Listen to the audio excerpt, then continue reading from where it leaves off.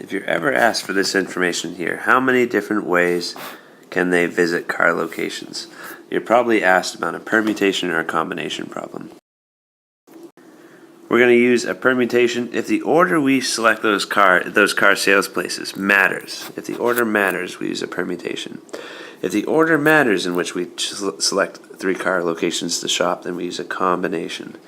So, if they ask you how many different ways, it's probably permutation or combination. In this case, if you read and think about the problem, the order doesn't really matter in the way you choose those 3 places. If you choose car location A, B, and C, the order doesn't matter because we're just only interested in how many different ways we can select them. It doesn't say anywhere about going to one car place first is more important. So order does not matter, so we're going to use a combination. So the combination formula works like this. If you have n number of things you're trying to select from, and you're choosing an r amount, then you can plug in those numbers, the n and the r, where they're supposed to go in this formula and get your computation. In our case, the n is the number of different car locations. There's 12 different car locations, so I'm going to put a 12 in my formula in for n. And I'm looking to choose 3 of them, so I'm going to put a 3 in for r. And now I can go right through the formula and plug in the information where it's supposed to go.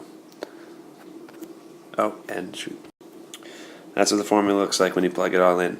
However, you can simplify this a little bit when you make your calculation. Okay, always think about expanding the top. That's 12 times 11 times 10 times 9. You know, it keeps going. A factorial will be times 8 times 7 times 6, but I'm going to stop at 9 because I noticed in my denominator, the bottom of the fraction, we got a 3 factorial.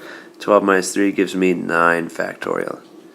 These are going to cancel each other out. So really in your calculator, you just need to do 12 times 11 times 10, divide by 3, divide by 2. You'll have your answer. Or you can write it out. 1,320 divided by 6 gives us 220.